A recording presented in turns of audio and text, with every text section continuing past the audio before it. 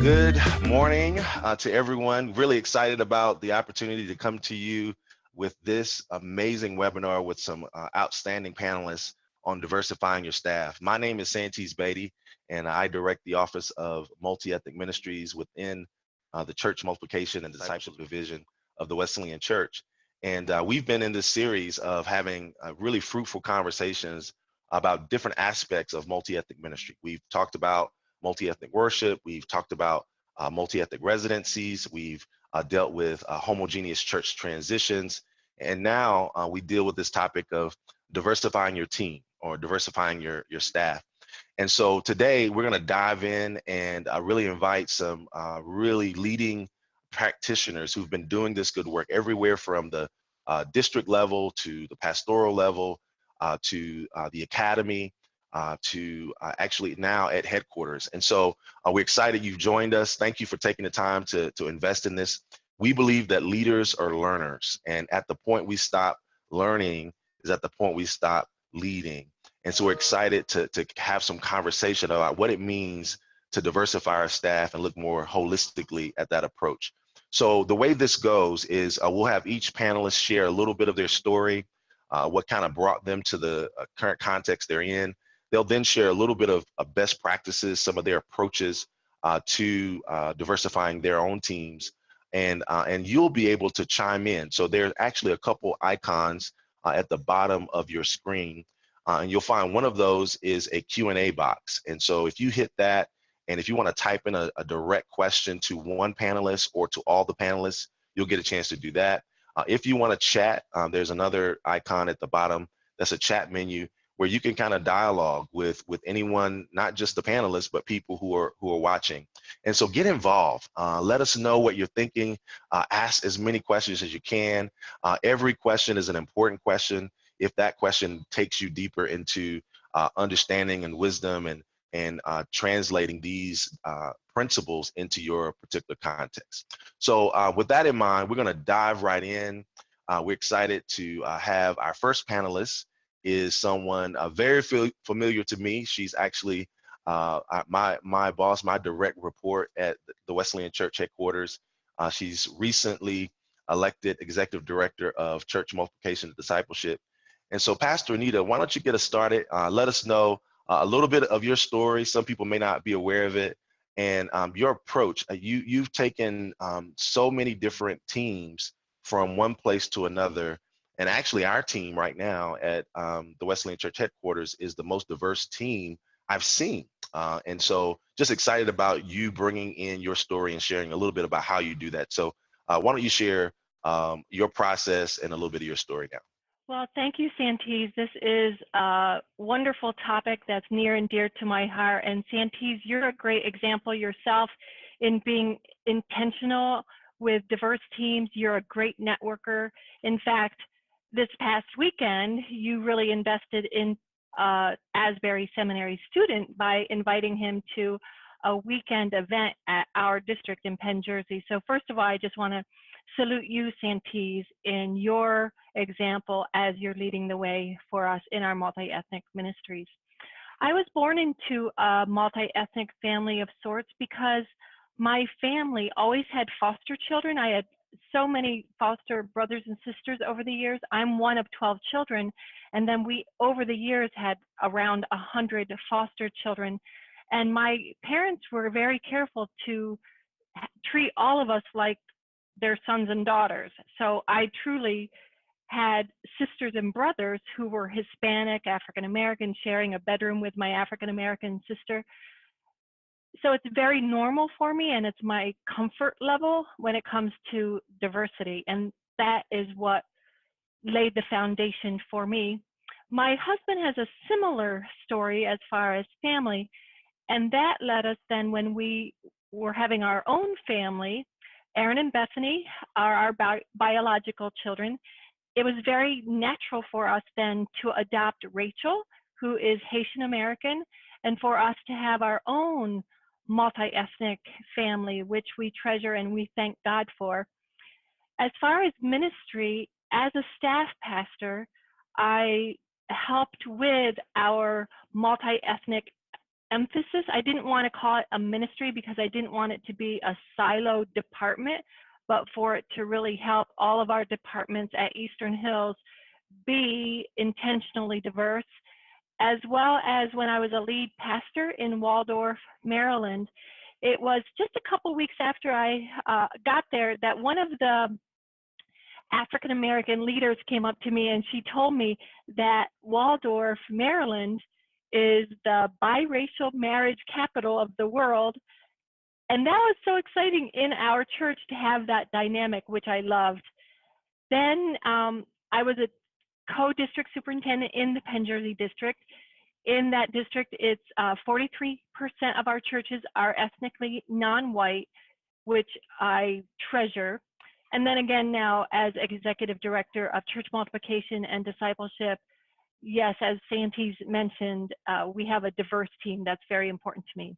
But as far as how I go about it, and I do risk sounding very simplistic, but it really is sincere when I say three things. It's my beliefs, it's my actions, and then it's the holding my diverse team to pay it forward.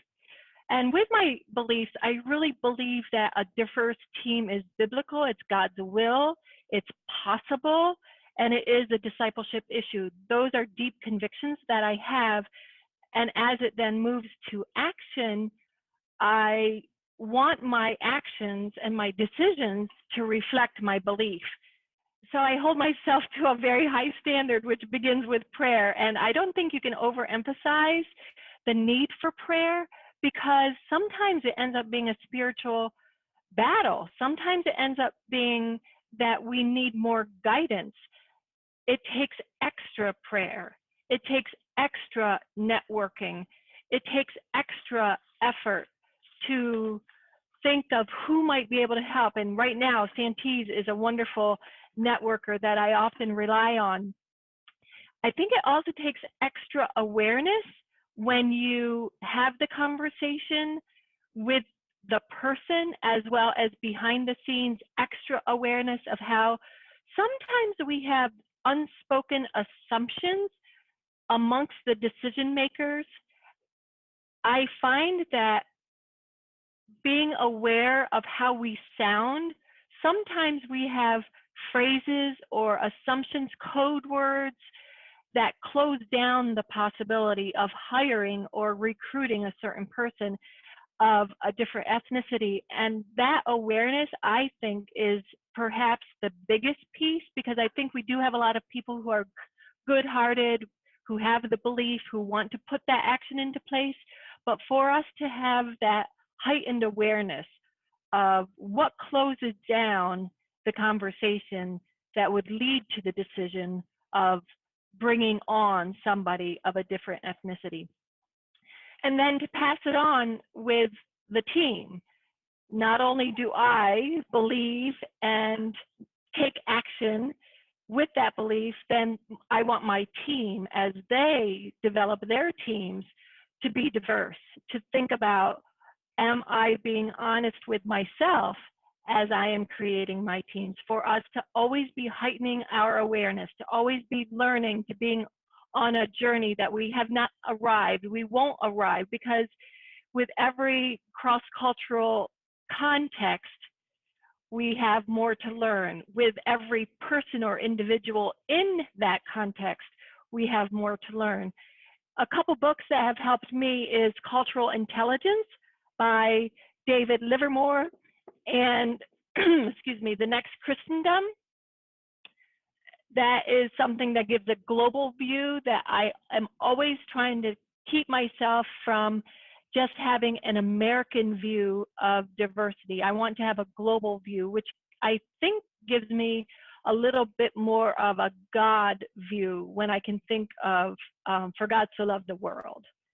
And I think that kind of gives an overview of where I'm coming from when I'm developing my teams. Pastor Nita, I think your story is a amazing one of trying to figure out how to move that in multiple circles. I guess a question I would ask is, were there any major differences as you moved from being on staff at a church, to being a lead pastor at a church, to now serving and then serving your district, and now serving the denomination, did you have to tweak your approach to diversifying your staff at all, or were there pretty much the same principles that you laced throughout each of those areas? That's a good question, and it makes me think right away of being a lead pastor. There are so many things to love about being the lead pastor because the buck stops with me, and my influence can be more direct. When I first got to the church as the lead pastor, the board did not reflect the congregation. I was able to use my direct influence the next year coming up to have half and half women, half men, half half non-white and half white. So I was able to have a much more direct hands-on, whereas with the other situations, I think the principles are pretty similar. It's just a matter of networking differently from headquarters compared to on the local level, because you also want diversity of region when you're working at headquarters. You want different points of view when we're thinking of serving the whole nation of Wesleyan churches. So many similarities when it comes to the principles, new discoveries, depending on the context. We'll go to Carlos next, but Diane, why don't you share a little bit of your story, a little bit of the journey that kind of brought you to where you are, and then like what's your process? Like the work that you're doing at Indiana Wesleyan University is an amazing work, and often when we think about diversifying our staff, we're thinking about the church, we're thinking about our district. We're not often thinking about universities and parachurch organizations and things that are outside of the walls of the church. So would you just share a little bit of your story? Good morning, everyone, and just very, very glad to be here and to participate this morning. But to share with you a little bit about how I arrived at where I am today. My work, truly, it began similar to Anita's in the home. My father was a Baptist minister and was raised in a diverse neighborhood, and both my high school time and prior to that, I was basically in a diverse school system. And so with that, began working at 16 years old at Indiana Bell Telephone Company, which at that point was a part of AT&T. Now, we've been able to see AT&T come full circle, but when I first started in telecommunications, worked for the Bell Company, and then in, of course, 1984, the Bell system was basically split up, and we began moving into like regional telecommunication companies. My first management position working for, at that time, Indiana Bell Telephone was in employment. And that was my first opportunity to begin working with and hiring for our non-management. And at that time, it was basically equivalent to staff positions, but also working directly with the labor unions, and that was Communications Workers of America and IBEW. And I tell you, it was a rude awakening for me, but what I did learn there, the necessary and the essentials of hiring and making sure that the staff basically mirrored the outside communities which we serve, because that was really, really crucial. And so while I was in telecommunications, and that was especially in leadership positions at AT&T, one of the primary responsibilities there for me was leading and building teams and making sure that the teams were diverse, meaning ethnicity, meaning age, also looking at disabilities, looking at veterans, again, mirroring the outside markets that we were basically servicing and supporting. And so throughout my career at AT&T, hiring, building teams, the basic promotions from within, training and developing, and making sure that the teams were diverse were paramount. Because what we learned in the corporate sector was that if you build a team and you bring in the diversity, and I mean also thought, that everybody benefits from that. There is continuous growth and development. Now, at the time when I was working in corporate, I had no idea that the path, the journey that God had basically placed me on. Because looking at where I am today, and I am the Vice President of Multicultural Enrichment and Employee Development for Indiana Wesleyan University, I had no idea what God was doing. But what I did find out is that all of the training, the development, the work that was performed within my career in corporate, I'm doing basically the same work today.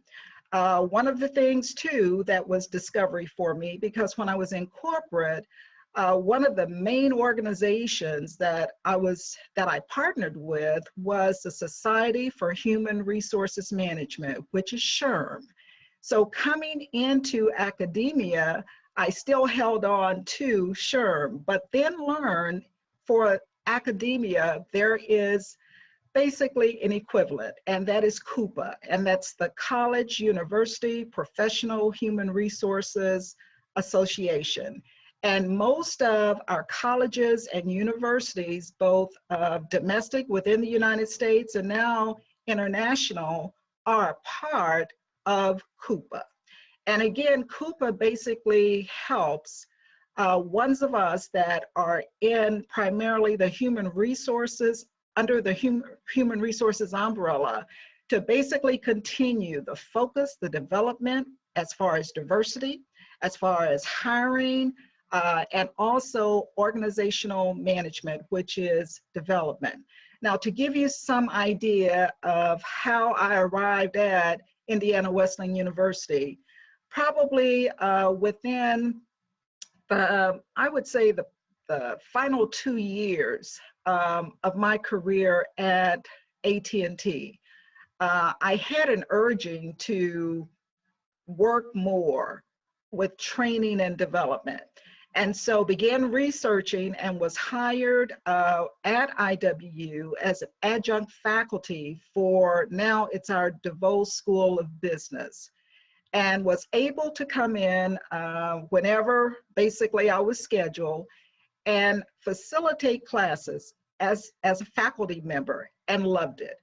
What I found was that the work that I was doing with AT&T on a daily basis, our students was basically just soaking that information up. And the feedback that I got, that they were developing and they were taking that information and learning back to their teams and broadening their team's perspective. So with that, I was able to retire from AT&T and then was offered a position as Director of Faculty Recruitment on the adult side here at Indiana Wesleyan University, and moved into the position. So I moved from corporate into academia, which was truly, and still is, a bit of growth, and I continue to stretch from my learnings. But anyway, moved into that position and had 7 recruiters reporting to me. Now the recruiters, because Indiana Wesleyan, our main location is Marion, Indiana, but we have 18 regional sites. So those 7 recruiters basically covered the regional sites, plus they hired 4 online faculty. And one of the first things that we began looking at was the process, how they actually recruited. And so with that, we began looking, fine-tuning our methods, our procedures, making sure that we were reaching out and first of all, identifying networks where we were able to recruit and bring in the talent that we needed. And once more, the need was to make sure that our faculty basically mirrored the students that we were recruiting and hiring in at the time. That was critical. So basically stayed in that position for about 3 years, and then in August of 2011, moved into heading up human resources for the university. At that point, we began strategically looking at a plan as far as taking a look at where we were staff-wise, making sure that our staffing met the needs and the expectations of our students. And with that, we had already started a diversity task force back in 2010. And it was basically looking at where Indiana Wesleyan University was as far as a diverse, welcoming institution. And strategic plans began at that point. After some of the feedback from and the research that was conducted by the task force, we moved into a multicultural enrichment council. Now, that council is still present today and staffed with about 28 administrators, faculty, deans, and staff. And that particular council meets monthly. But the purpose of the council was to help move the university to become a more diverse Christian institution. And with that, some of the work that the council performed was to identify a need for, in our admissions area, a director of multicultural recruitment. And that position was hired in 2011. Also, 2 other important factors that the council recommended was that we begin recognizing Dr. Martin Luther King's birthday. And that basically, the recommendation was that the university closed. But we did that, but what we wanted to do before we actually closed on the Monday was to have an annual celebration that would be held the Friday before. So that celebration began in 2014. One of the other recommendations from the council was that a chief diversity officer be added to the president's direct reports, and that happened. So with that, that's part of my job. In 2014, I moved to really our chief diversity officer for the university. Since that time, a strategic plan has been put in place, a framework. And one of, just to give you some idea of some of the pieces of that plan: recruitment, hiring, selecting in of all employees, and that's staff, faculty, administration. That's a critical part of our strategic plan. Also, the training and development, because that has to be ongoing. Employees have basically said to us, we know the value with the training and the encouragement and the career development that's placed within us. So just to give you some idea, my position that I'm currently in, I moved into it in January of 2014. I am the inaugural for this position. And what our president wanted to do was just not make it a chief diversity officer position. He often refers to it as chief of people. And that's basically pulling together two critical areas, diversity and inclusion and organizational development of people. It's not hard for us because we're doing the work that God commanded us to do. One of the things that, again, that's part of our strategic plan, it was critical for the university to develop a statement to say where we were at, and this was in 2015, as far as diversifying our university. And one of the things that we did, we developed a diversity statement. And I'm going to share with you what that statement basically says. One of the things that we did in order to develop the statement, we brought together over the summer of 2015 about 80 employees. And again, it was quite diverse. We had faculty, administration, we had some students involved, and the statement, this particular statement that I'm going to read to you, was developed. It reads, IWU, in covenant with God's reconciling work and in accordance with the biblical principles of our historic Wesleyan tradition, commits to build a community that reflects kingdom diversity. We will foster an intentional environment for living, teaching, and learning, which exhibits honor, respect, and dignity. Acknowledging visible or invisible differences, our community authentically values each member's earthly and internal worth. We refute ignorance and isolation and embrace deliberate and courageous engagement that it exhibits Christ's commandment to love all humankind. That's our statement as far as the university is concerned. And we know the value of recruiting, selecting in, and promoting our differences, because with doing that, we all become one and we all grow. Excellent. Thank you so much, Diane. It's powerful to hear, a couple things as I listen to you that I take away from it. One is what you just did as a statement, like a statement of purpose, because people often need handles, right? For like, what does that mean? What does that look like? And things that they can go back and begin to internalize as they mirror what your statement, what your stance is. I think the second thing that was huge is this sense of you may have to pull together a core group of people, right, to have other voices into that conversation and that dialogue, and that major stakeholders have to be at the table of creating this kind of movement in such a large institution. And then you mentioned events, right? There need to be these on ramps, right? Like some of those need to be large events, some of those sometimes smaller events, which are more intimate conversations.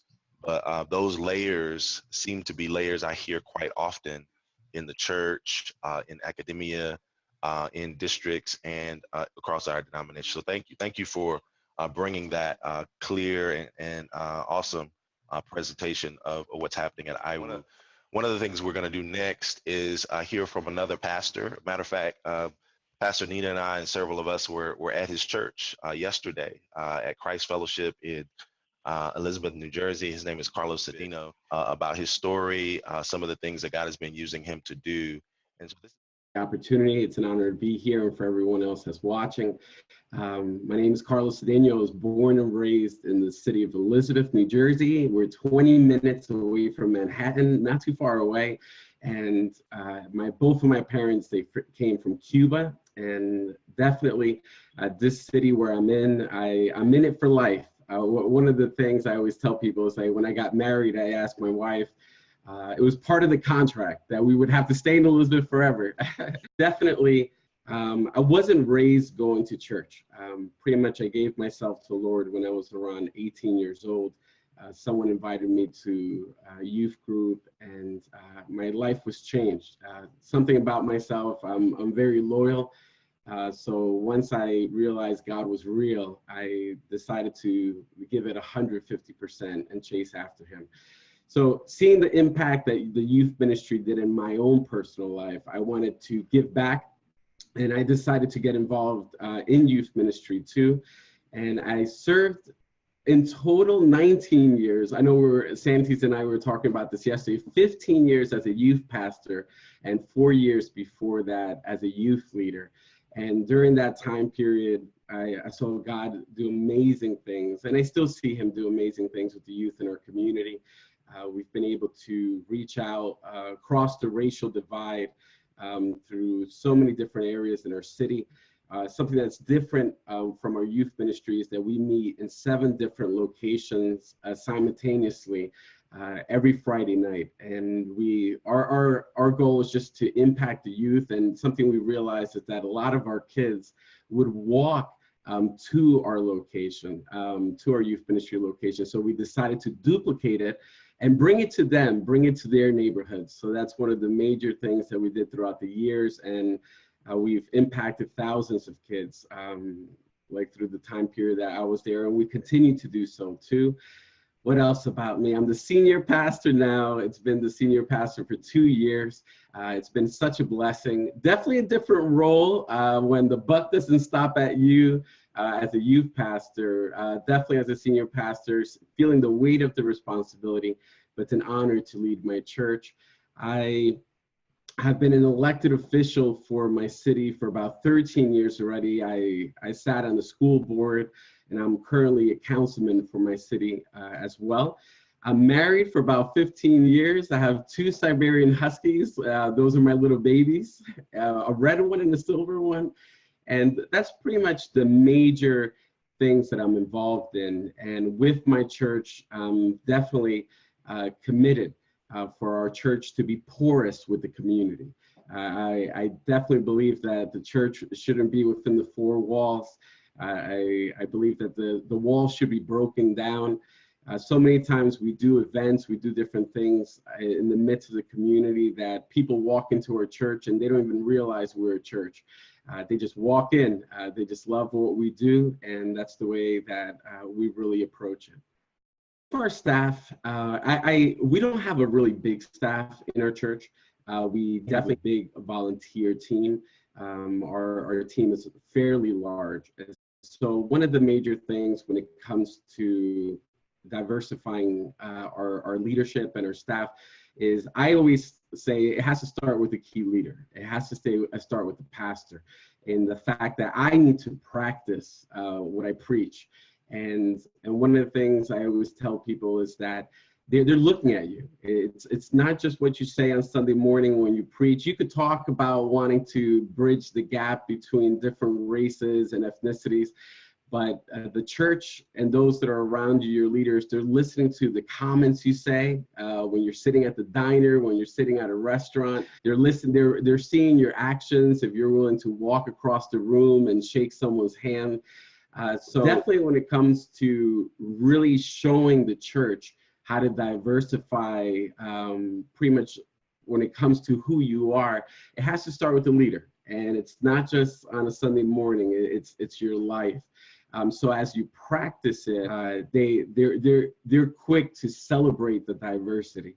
In addition to that, I think that you have to prepare the church because when it comes to, like, if the church is not ready for it, if you haven't prepared the soil, if you haven't prepared the congregation for it, you could try to diversify the leadership, but in many ways it might not work out well. So definitely the church has to be prepared. The key leaders, the elders of your church, the deacons, the main leaders of your church need to have ownership of what you're doing. And once they have ownership, you can start doing messages in your church too. We just finished doing a message called a series called Love Everyone Always. And it was a great series. It was received really well. So as you prepare your congregation, as your leadership take ownership, definitely those are things that make a big difference. And then in addition to that, you have to be purposeful. You can't expect things to be diverse and for it just to happen. It's not just going to happen. And I completely understand that everyone that's living throughout the country, your surroundings might be different. You know, where you live might not look like the city of Elizabeth. The city of Elizabeth is very diverse when it comes to different races and ethnicities that are here. But we have our challenges too, because we're so diverse, everyone wants to stick together with their own kind. So a lot of times you have your Black churches, your Spanish churches. So definitely going back to what I was saying, being purposeful, that's something you have to be purposeful daily. You have to be purposeful weekly. In our staff meetings, we will look back and reflect on our past Sunday and plan, of course, for the next Sunday, and think. It's like through the eyes of people walking through our doors, what message are we sending? And we're purposeful on our lineup that goes on that stage. Who do they see? And we all know very well when someone comes to your church, and especially if they're a different race or a different ethnicity, they're really deep down inside, they're asking themselves, do I see myself here through other people that are involved? That's a big question. And I think everyone does it. Like, you know, the moment you walk in, it's like, do I look like anyone that's in leadership or anyone that's involved in any way? So I think it's important to be purposeful, to make sure that you make it happen. And it doesn't have to be, how I said before, we don't have a big staff. So when it comes to that, you know, we really lean on our volunteers, and our staff is diverse and our volunteers are diverse. But that gives us a greater pool to pick from. When it comes to staffing, I just have to say, of course, you aim for diversity, but you definitely, I remember Bill Hybels saying, you know, like the 3 C's: character, competency, and chemistry. You don't sacrifice that just for the sake of diversity. Character first, because you want to make sure you have the right person that God really is leading into your church. But definitely, you have to put the diversity question on the table and really look and wrestle. And if you're able to bring someone that's diverse and helps with the image of your church to the community, definitely, if the character's there, if they're competent, if they work well with people, and if they're representing a different race, representing different ethnicity, it would be a huge blessing to, you know, mirror heaven, because that's how it's going to be in heaven. So might as well get used to it here on earth. So. And so I asked Carlos a couple questions, and here's what his response was.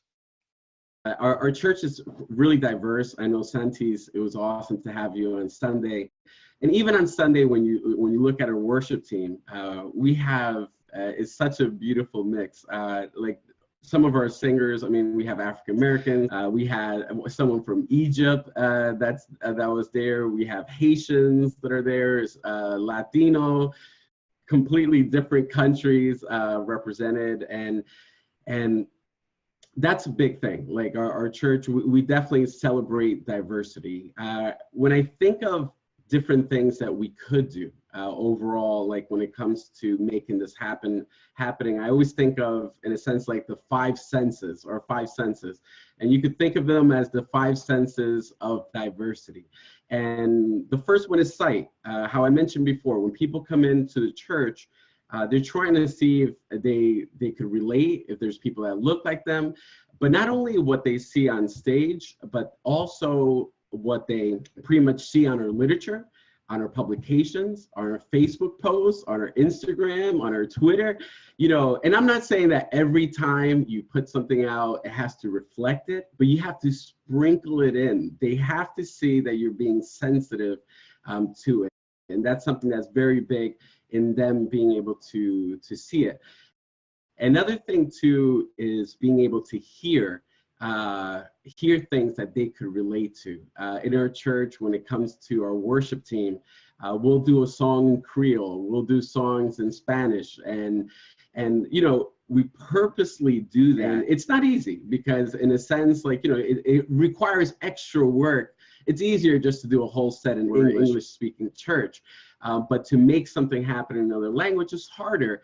But the moment the people within the church, they hear that, they hear that happening within it. The excitement is tangible. Like they know that they're home.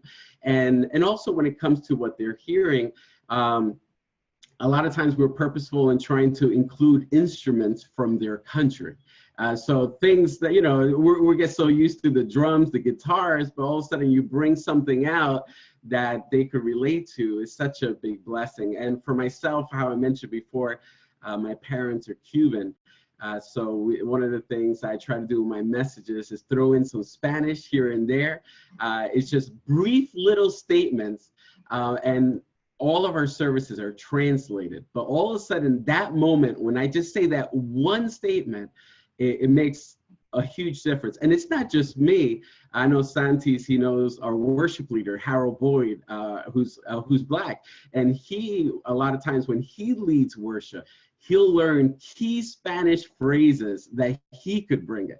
And the moment the Spanish group, the Latino group within our church, they hear Pastor Harold saying statements in Spanish during his worship set, that just celebrates diversity. And they know how much Pastor Harold is trying to bridge the gap, even in the midst of the worship too.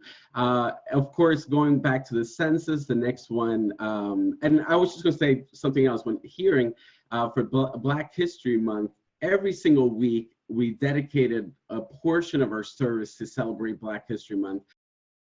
We brought a gospel quintet to come and do the entire worship set. And doing that, everyone that's African American and Black within our church, of course, they know how much we value them and everything that they represent, but also everyone else, they're able to celebrate the differences too. And the quintet was awesome. I wish I could sing as good as them, but I can't. The other thing is touch, is not being afraid to love them.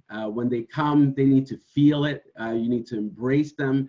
It's one of those things that they, and how I said, you need to mirror it as a key leaders, but they want to feel it. And it's amazing. It's like, you know, you might not be able to speak their language, but everyone understands love. Everyone understands a smile.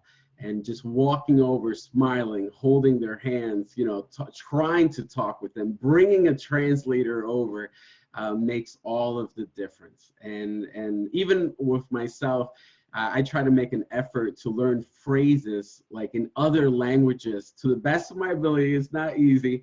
And many times I mess them up, but at the same time, they just know that I'm trying. And that's a big thing.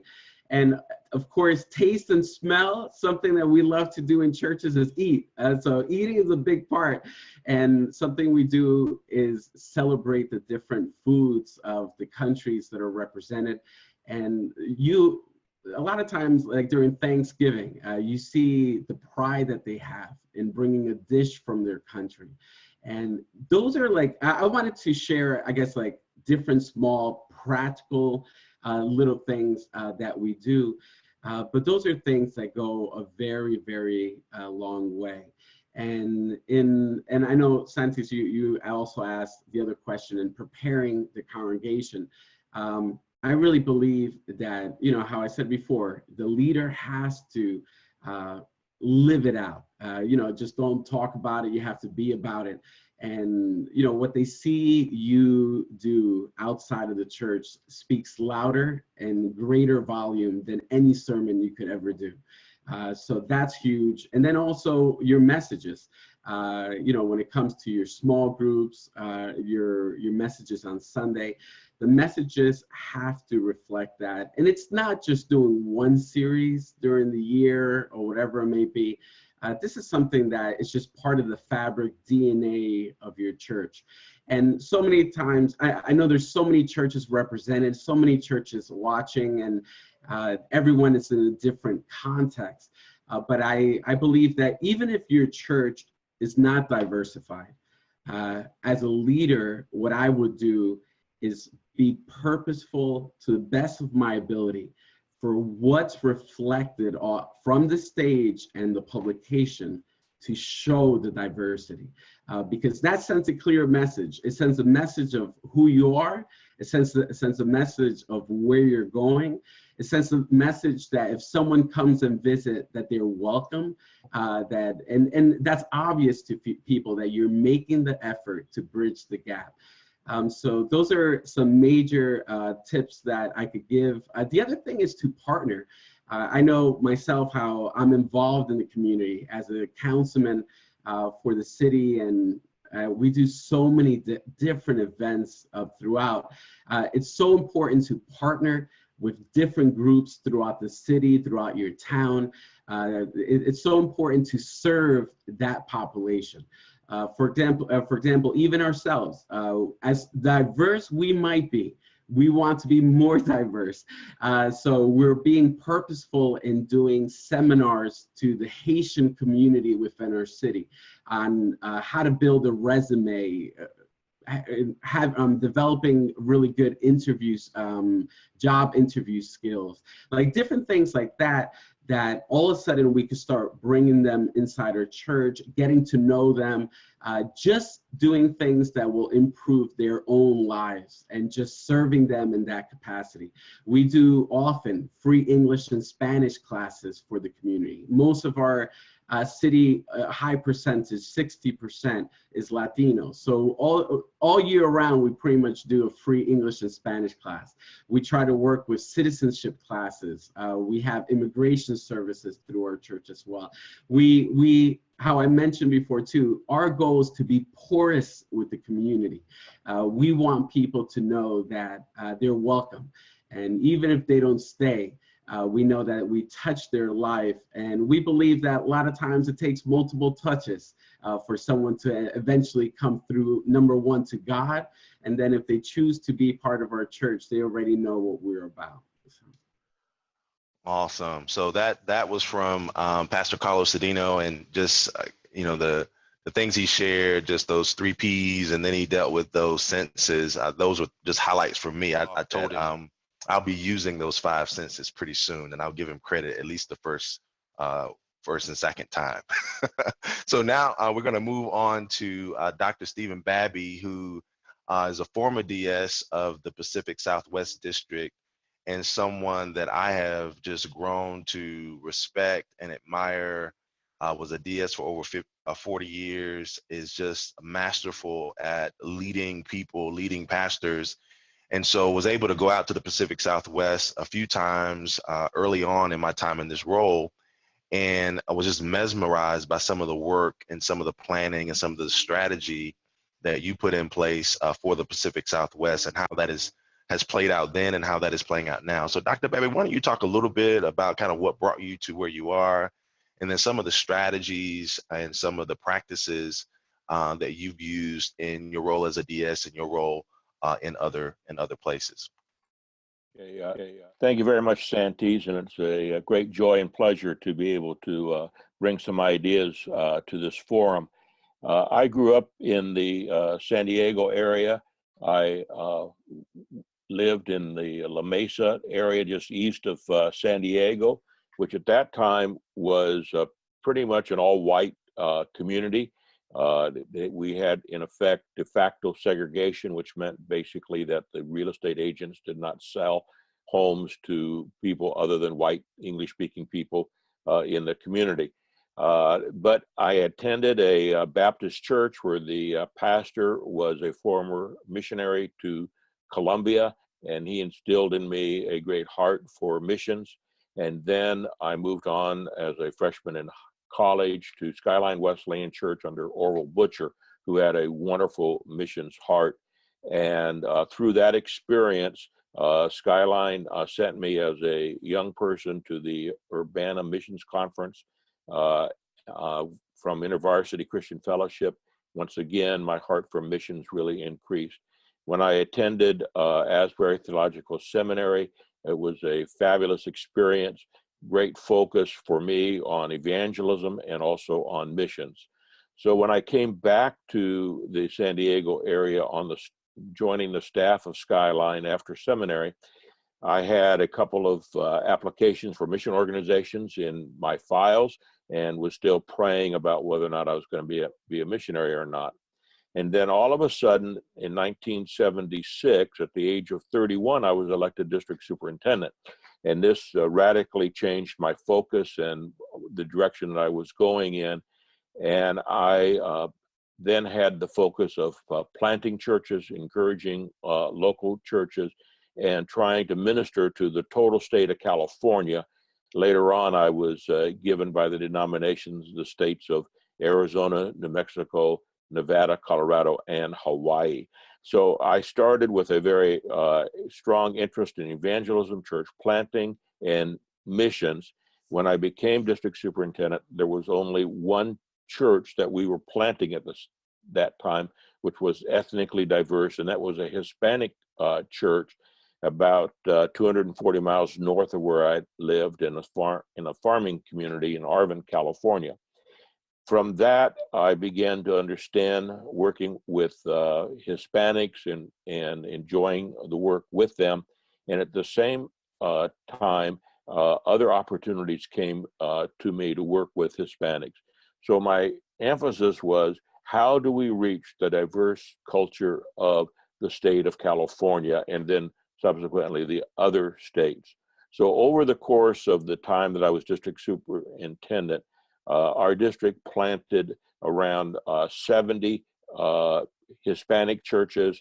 We had one Chaldean Iraqi church, one Egyptian church, around 20 of Korean churches, 12 Filipino churches, 12 African American churches, a Chinese church, a couple of Navajo churches on the Navajo reservation, and of course, many of their multi-ethnic congregations.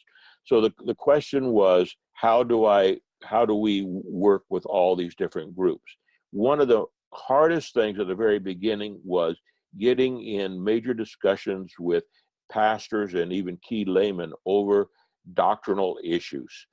Doctrinal issues became very, very serious issues for a variety of people. And recognizing that the Wesleyan holiness tradition is a small group within the evangelical community made it very, very hard. So I began to talk to people to make sure that they were basically evangelical and basically had the same lifestyle commitments that we have within the Wesleyan Church. Then we talked about the diversity of doctrine or theology, and some of these were coming from groups that had that believed in eternal security or believed in speaking in tongues. And so we talked about the ethics of being a part of a denomination like the Wesleyan Church.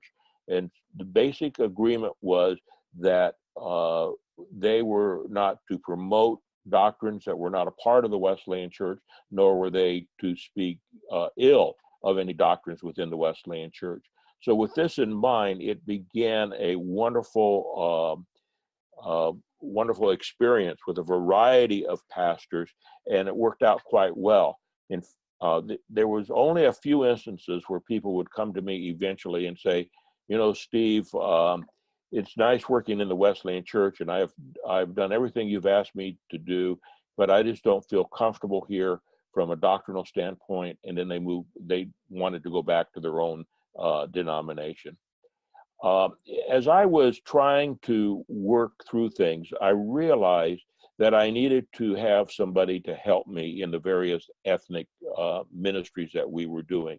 So I was trying to enlist somebody to help me bridge the gap between me being white, English speaking, and those who are coming from a different ethnic background. And the Lord began to give me individuals that I could either enlist to help or to hire to do it. One of the first individuals that I was working with is now pastor, I think, of the largest Hispanic church in our denomination, which is Abel Ledesma. And Abel's church runs, I think, around 1,200 here in the greater San Diego area. But when I first met Abel, he had an 8th grade education, was age 21, and was basically of more of a charismatic background. We began to work with him as he ministered at the Skyline as an assistant pastor. I developed programs for him to get his his high school degree, as well as to work with him on a theological basis, and eventually to get him ordained in the Wesleyan Church. He then would travel with me, and we would talk about ethnic ministries, ministering to Hispanics, and then he would talk to Hispanic pastors about who we were, what we were, and he began to bridge the gap between me and ethnic ministries. And if it wasn't for someone like Abel, I would not have been able to do the ministry to the Hispanics that we were able to do. And then we had a Wesleyan pastor in the Los Angeles area who had been a former missionary to South America, and he began to help me on a part-time basis. He had a great passion for doing Hispanic ministries and working with Hispanics. And all of a sudden, we began to see a surge of new Hispanic churches begin in the greater LA area. And with that, one of the things that we saw was that these people were coming to us because they were basically immigrants. And I would say that most of my ministry was with immigrants to the United States rather than people that were born within the United States. Those who were born within the United States would be basically more of the African American and the Navajos, but all the other ones, people came from outside of the United States. And so we began to develop programs that would minister to them. And one of the first things that we did was to start a Bible Institute just to train people on how and who we are and to teach the course of study to become an ordained minister in the Wesleyan Church. In our first class that we offered, we were expecting about 15 people. 64 people showed up for that class. And and I tried to determine, why did we have so many people show up? And we found out that the pastors were bringing their lay leaders to the ordination classes because the people that they were ministering to were so hungry to learn about the Bible and about the Wesleyan Church that they would actually enroll in a class for ordination just to learn about who we were and what we were. And so this kind of became the key to what I was doing, that I was hiring individuals on a part-time basis, like this pastor in LA, and then eventually for my Korean pastor that I was working with, I would hire him to do ministry and to help me in ministry. I found that over the years that I had difficulty in getting ethnics onto my district boards of administration and into positions of leadership within the district.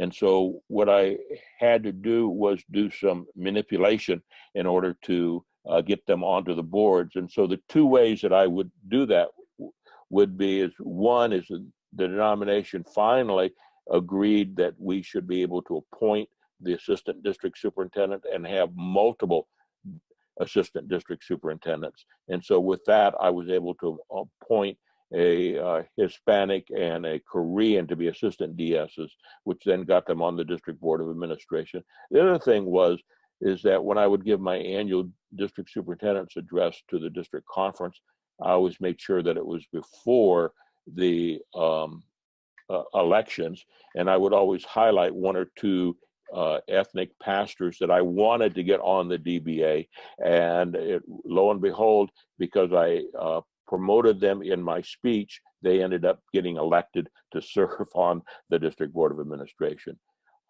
In addition to all of that, one of the things that we had to deal with was the aspect of, just because you are Hispanic or just because you are African American does not mean that you have a commonality even among yourselves, because the African Americans come in from a variety of denominational backgrounds and experiences.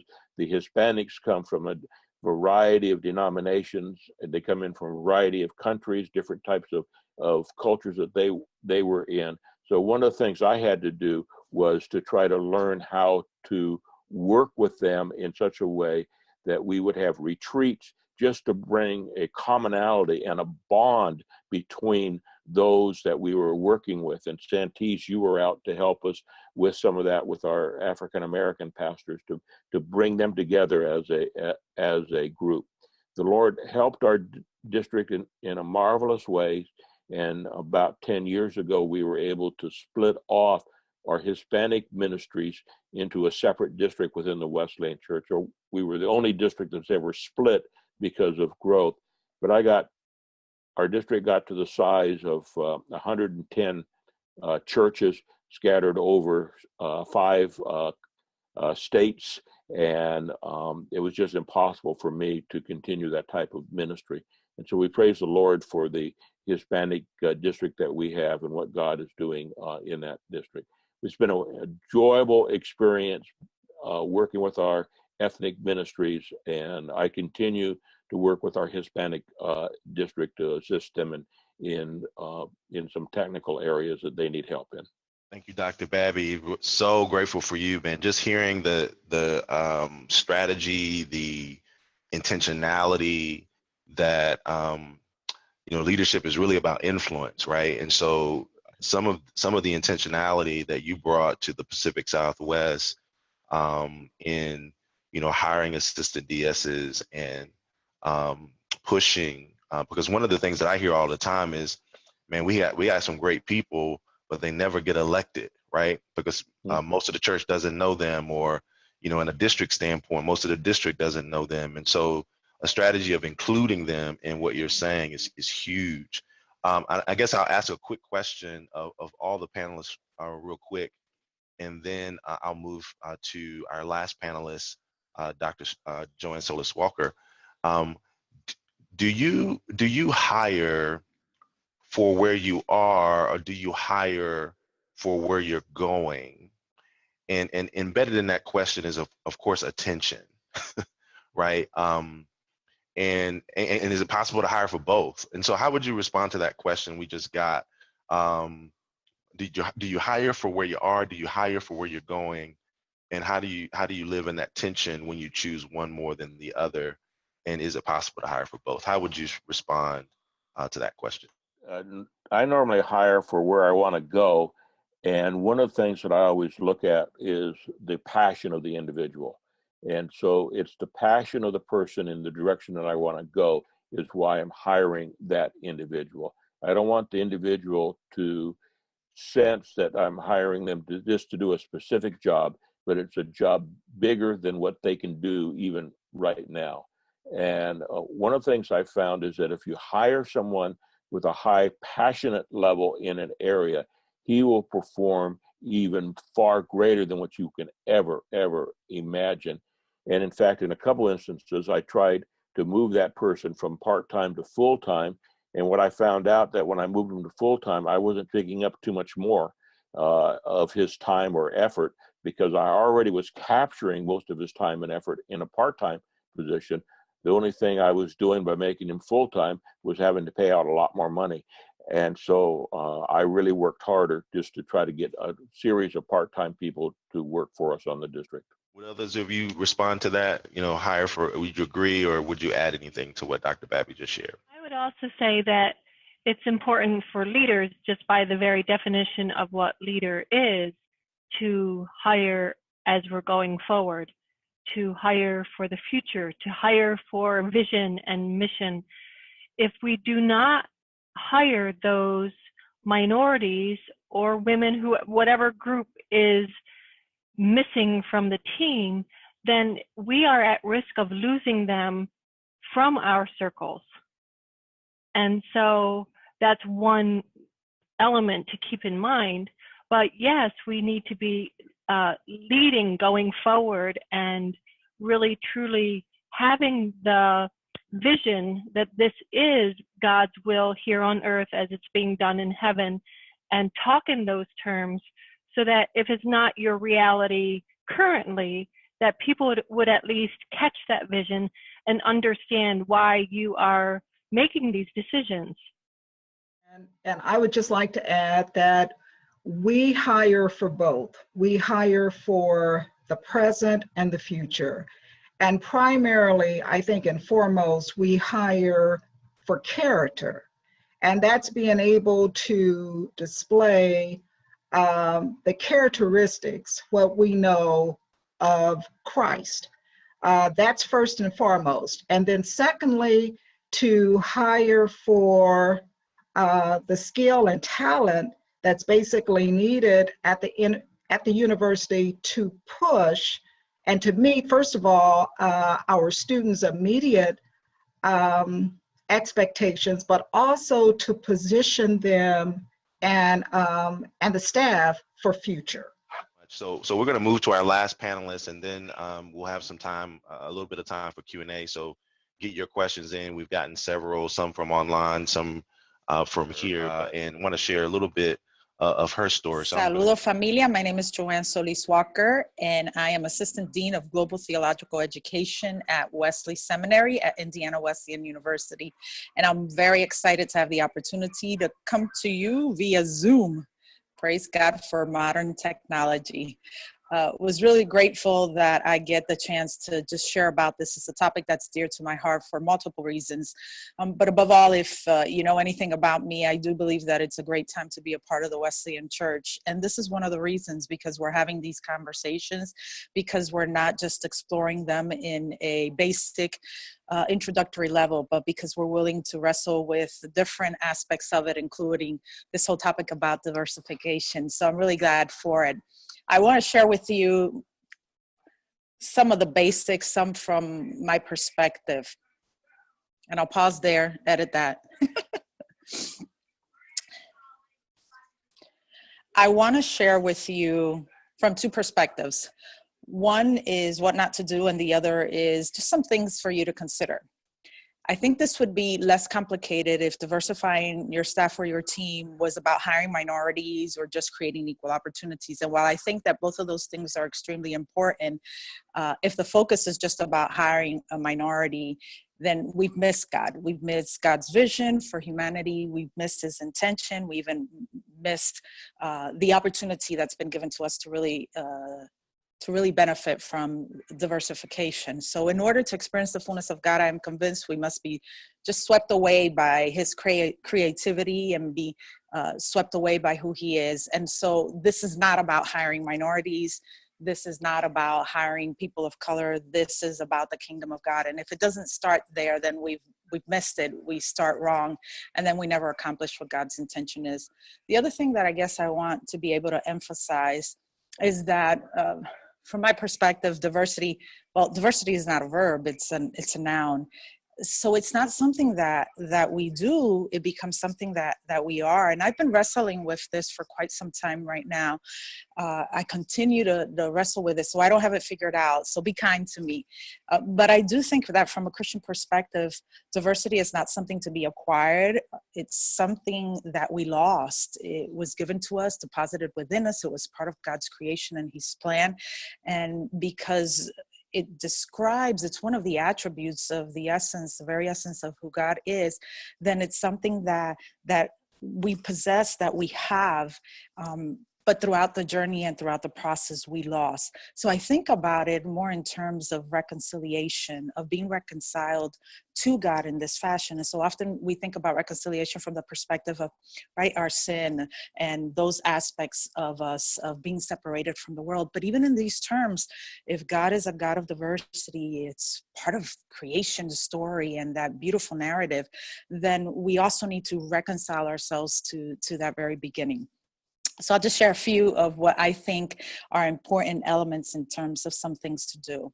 I want to suggest that you define diversity, what that means for you, what it means for your team, what it's going to mean for the congregation, what it's going to be for that space where you're going to be working. And the Wesleyan Holiness Women Clergy, I probably got that wrong, so don't hold it against me, but WC just define diversity, and it's something you want to look at their website if you need a definition or something to work off.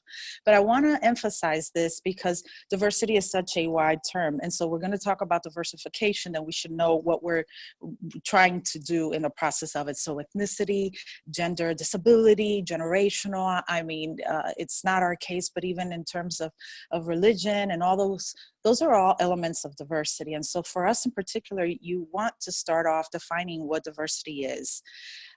Then along those lines, blast it. That's what I say.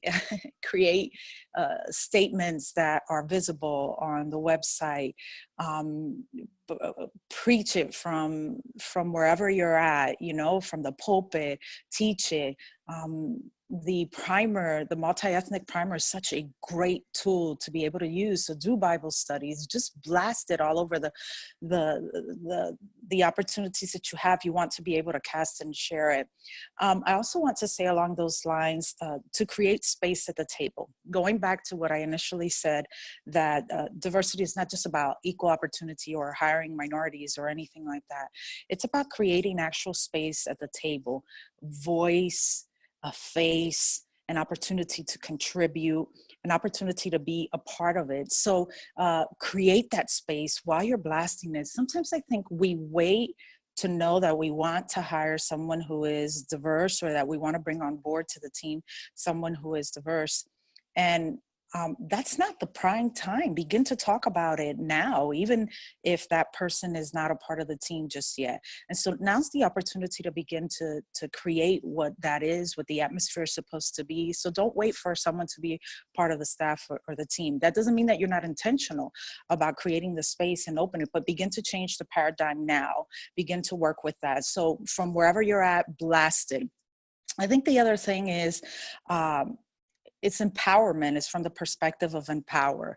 So use your privilege, whatever privilege that may be, your position, your gender, your ethnicity, even your white privilege. I was just at an event where a good friend of mine, Althea, was sharing about this aspect that we've given a negative connotation to white privilege. And so really, I can't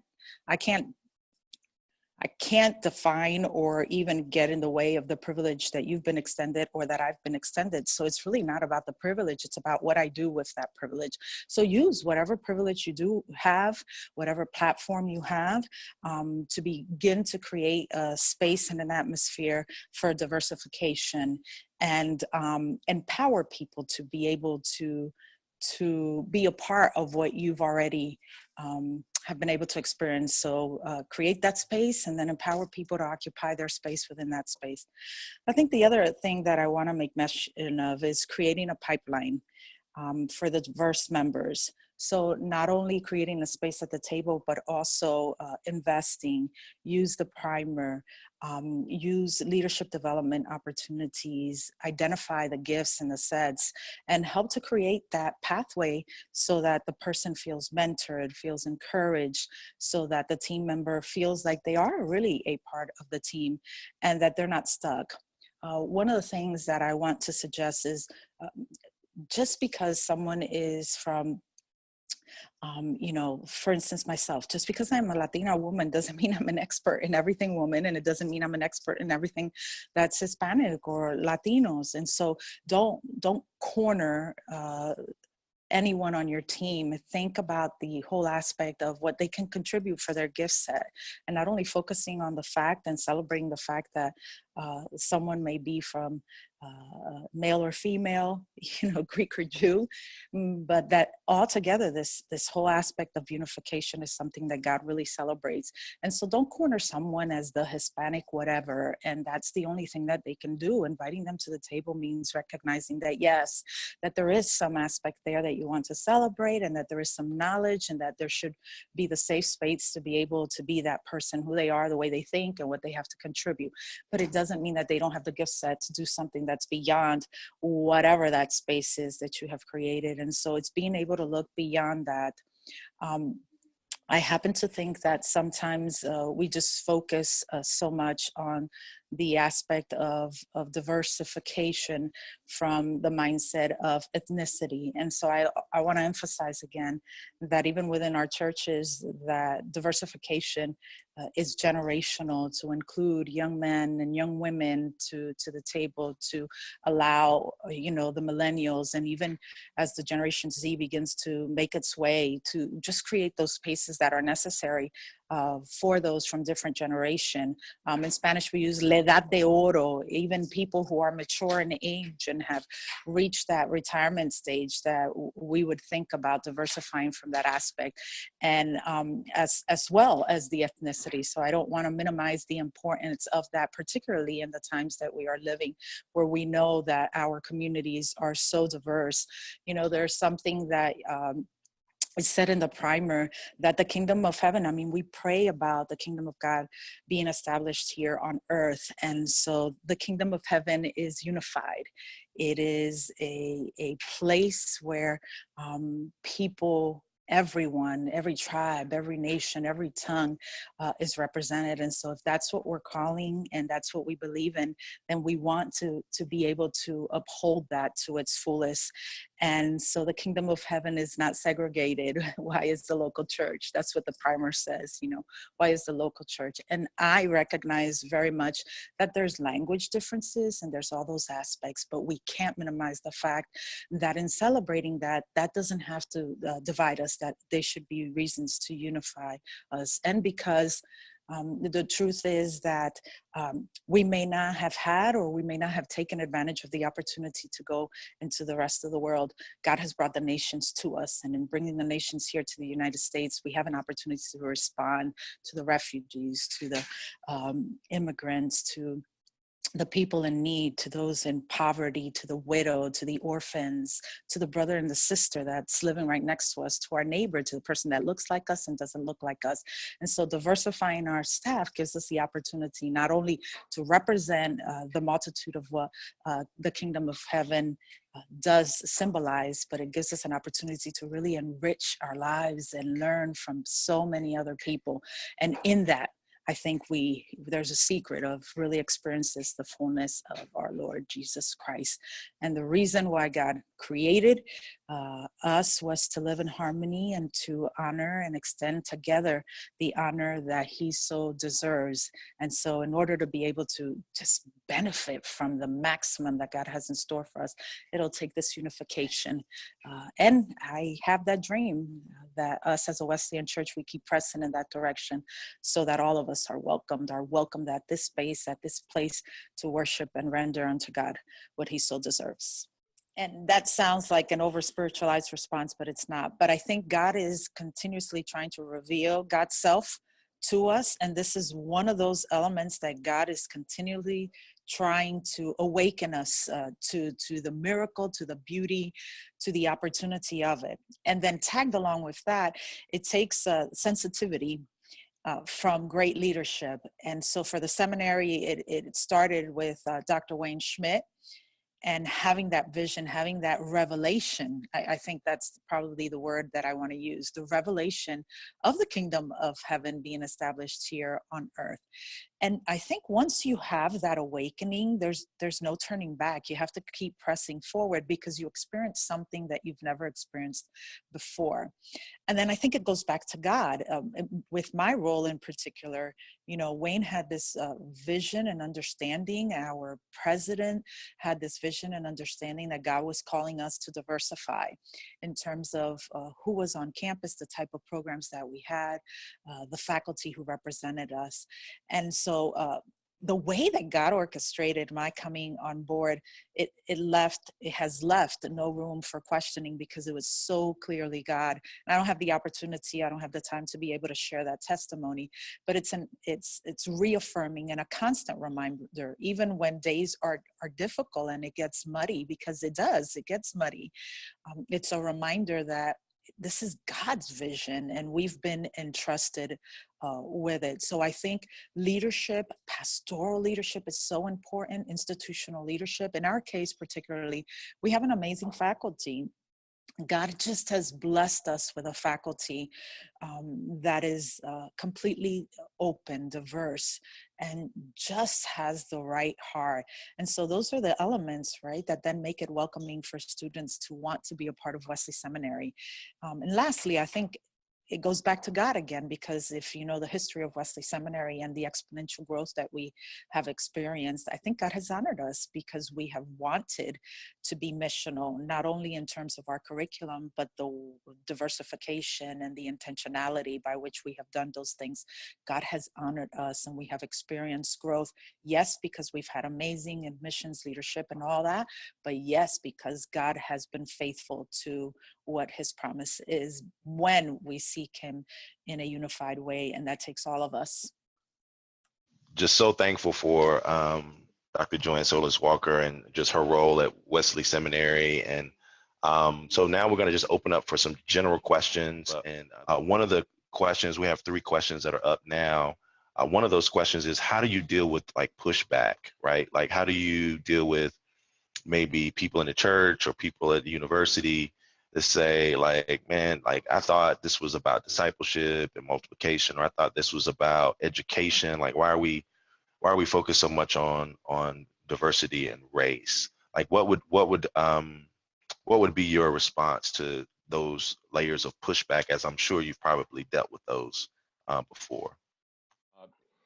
Yeah, I can answer that question. I never let that bother me. I got a little bit of pushback on the ethnic diversification that we were doing within the district, but the important thing that was seen by our people was individuals who loved Jesus Christ, who wanted to plant churches and wanted to see people come to know Jesus Christ as Lord and Savior. And as long as we kept the focus on the primary things that we do as a church, then we ended up not having very much feedback. And if it was a negative thing, those people were silenced because we were achieving the passion that we were going for. I think it demonstrates how much we must, as leaders, keep talking and casting vision and keep the why we do any of what we do in front of people, because it is discipleship to talk about diversity. And so it's just a nice caution for us to evaluate, are we keeping the main thing? And diversity is a piece of that.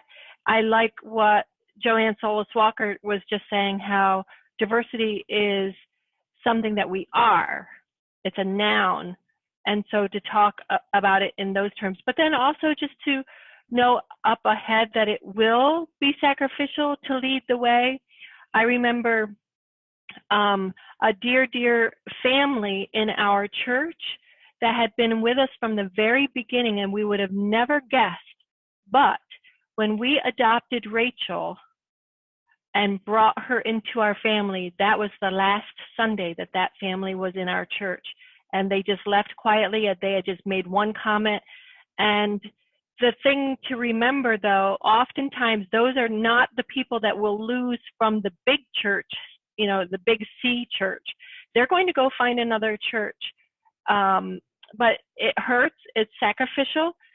But the more we live and work and minister according to the biblical way, according to God's will, the more we will reach new people with Jesus' love, the more we will be able to accomplish the Great Commission that we would make disciples of all nations.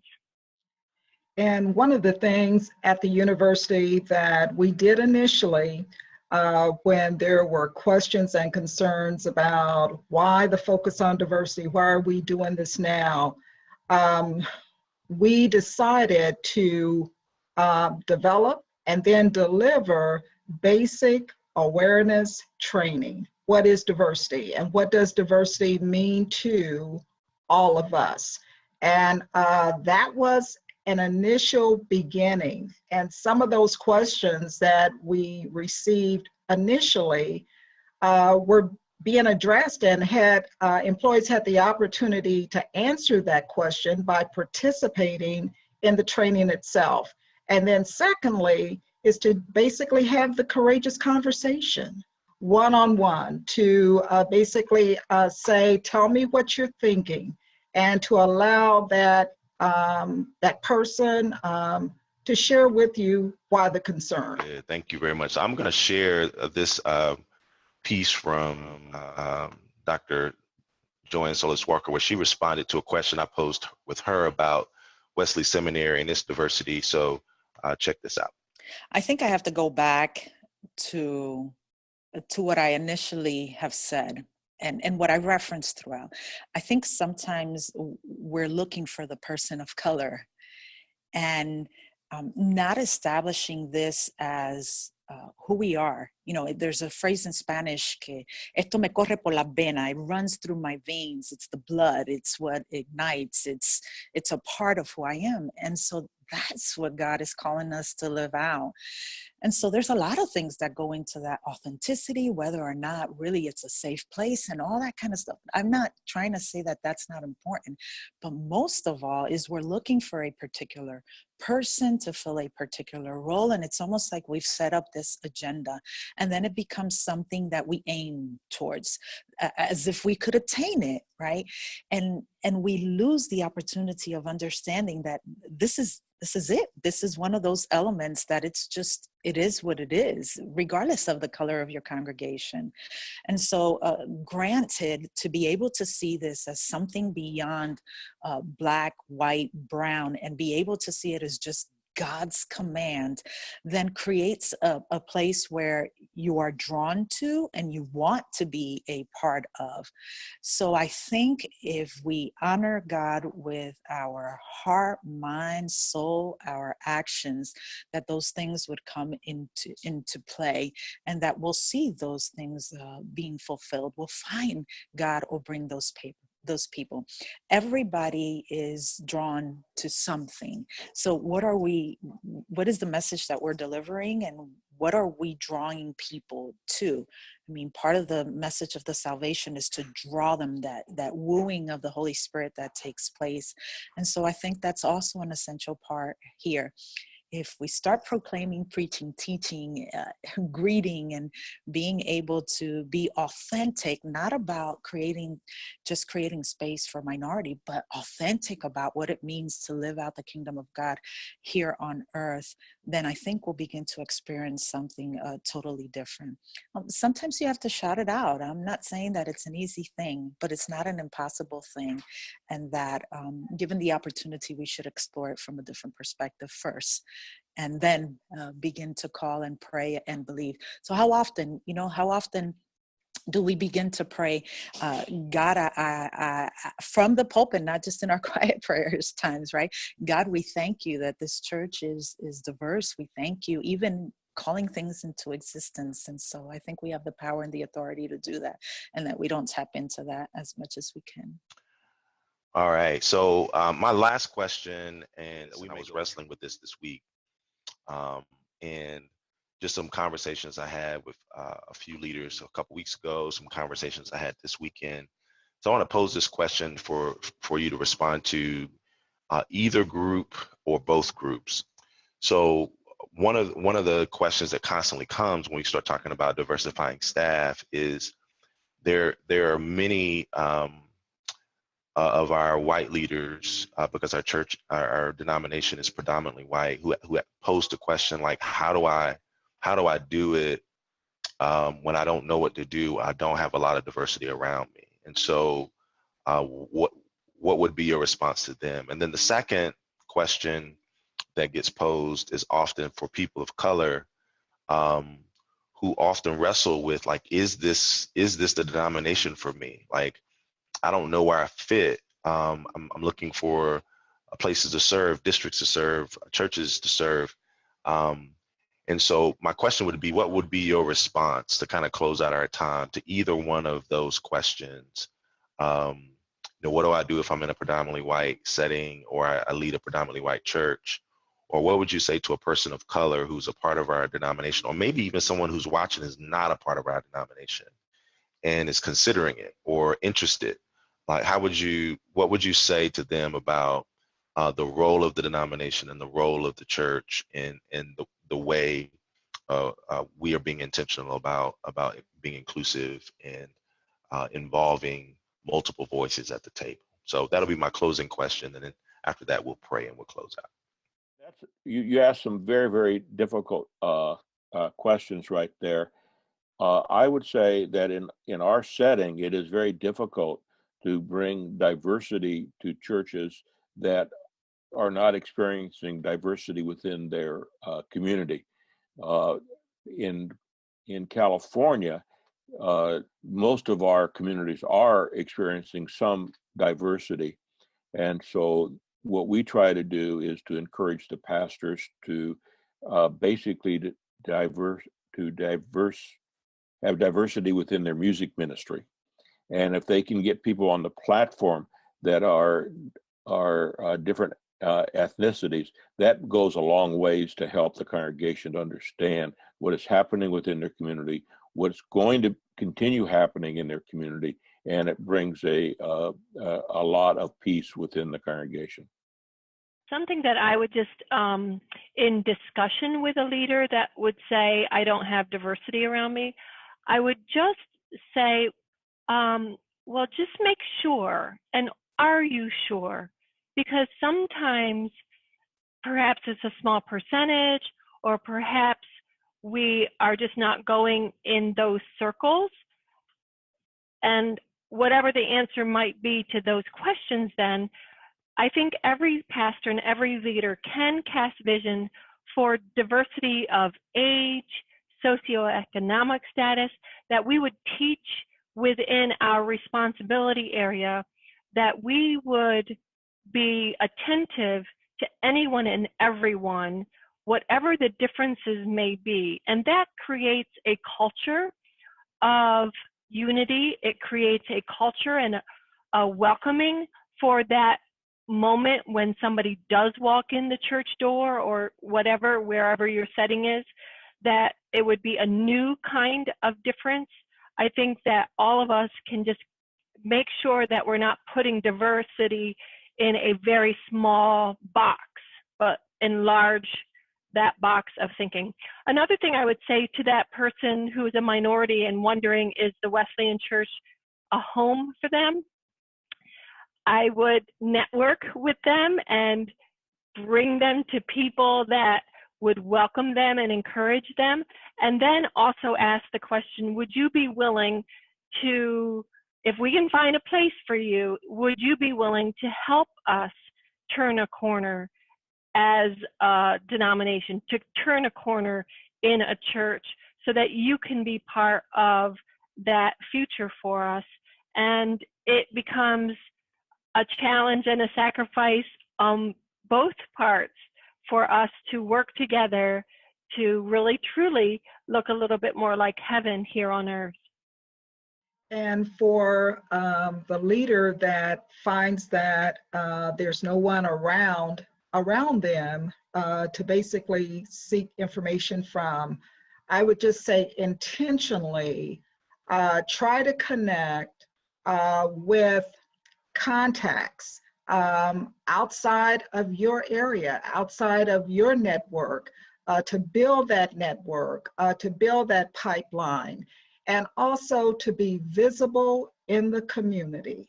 I think that that's critical. Good. Thank you all so much for your time. We appreciate the wisdom and the insights and innovative thoughts that you've brought. Like our expectation is not that everybody will take everything that they heard and apply it to their particular context, but we do believe there might be something that was shared that might inspire, might bring forth some type of insight into what you might be able to take back to your particular church or your particular context.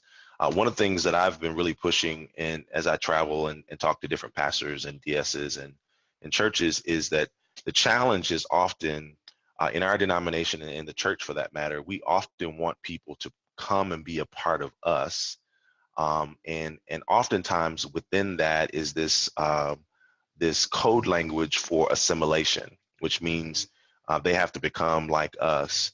And part of what I think as we dig into the conversation about diversifying staff that we also have to talk about at some point is that I believe God often sends us people, not that they would become like us, but he sends us people that we might both become something new, and that our organization, our church, our district our community might become something new. And so I challenge you to resist the temptation to ask people to assimilate, particularly when it's a new staff member. I'll never forget when I went to Kentwood, and right before I went there, I was leaving this predominantly African-American church and going to a predominantly white church that was becoming multi-ethnic. I'll never forget what God said to me. He said, I'm not sending you there to become like them. I'm sending you there to be you there. And so I think the challenge is not just recruitment, but the challenge is also, I think, as Diane mentioned, preparing for people when they arrive so that it is a safe space for them to be who they are. So as we look into the next several weeks, next week our topic is on 2 churches, 1 building. We'll have a great lineup of panelists talking about this whole dynamic of, you know, should we have more than 1 church in our building? And if so, what does that look like? And what's the goal of that? Is it to save money and to be a resource? Is it to develop new relationships with different people groups? Is it to maybe even become 1 church? And that may be a door that opens for us to become multi-ethnic. So that's our conversation next week. We thank you so much for being with us today. I'm going to say a quick prayer, and you'll be dismissed. Father, thank you for amazing insights from the folks who were on today. Thank you for those who joined us and the questions that were posed. God, we know that diversifying our staff and our team is so much more than recruiting people and finding positions for people to fit, but it's really about what Dr. Joanne Solis Walker said. It's about the DNA that we should have that comes directly from you. So help us to wrestle with and live in the tension of what that looks like, and the sacrifices that we must make, the commitments that we must make, and at times where we must stand our ground, so that we're the level of obedience that's needed to move our organization or our church from here to there happens through and by your Spirit. So we trust you, we thank you, and we love you in Jesus' name. Amen. God bless you all. Thank you so much for tuning in, and hopefully we'll see you next week.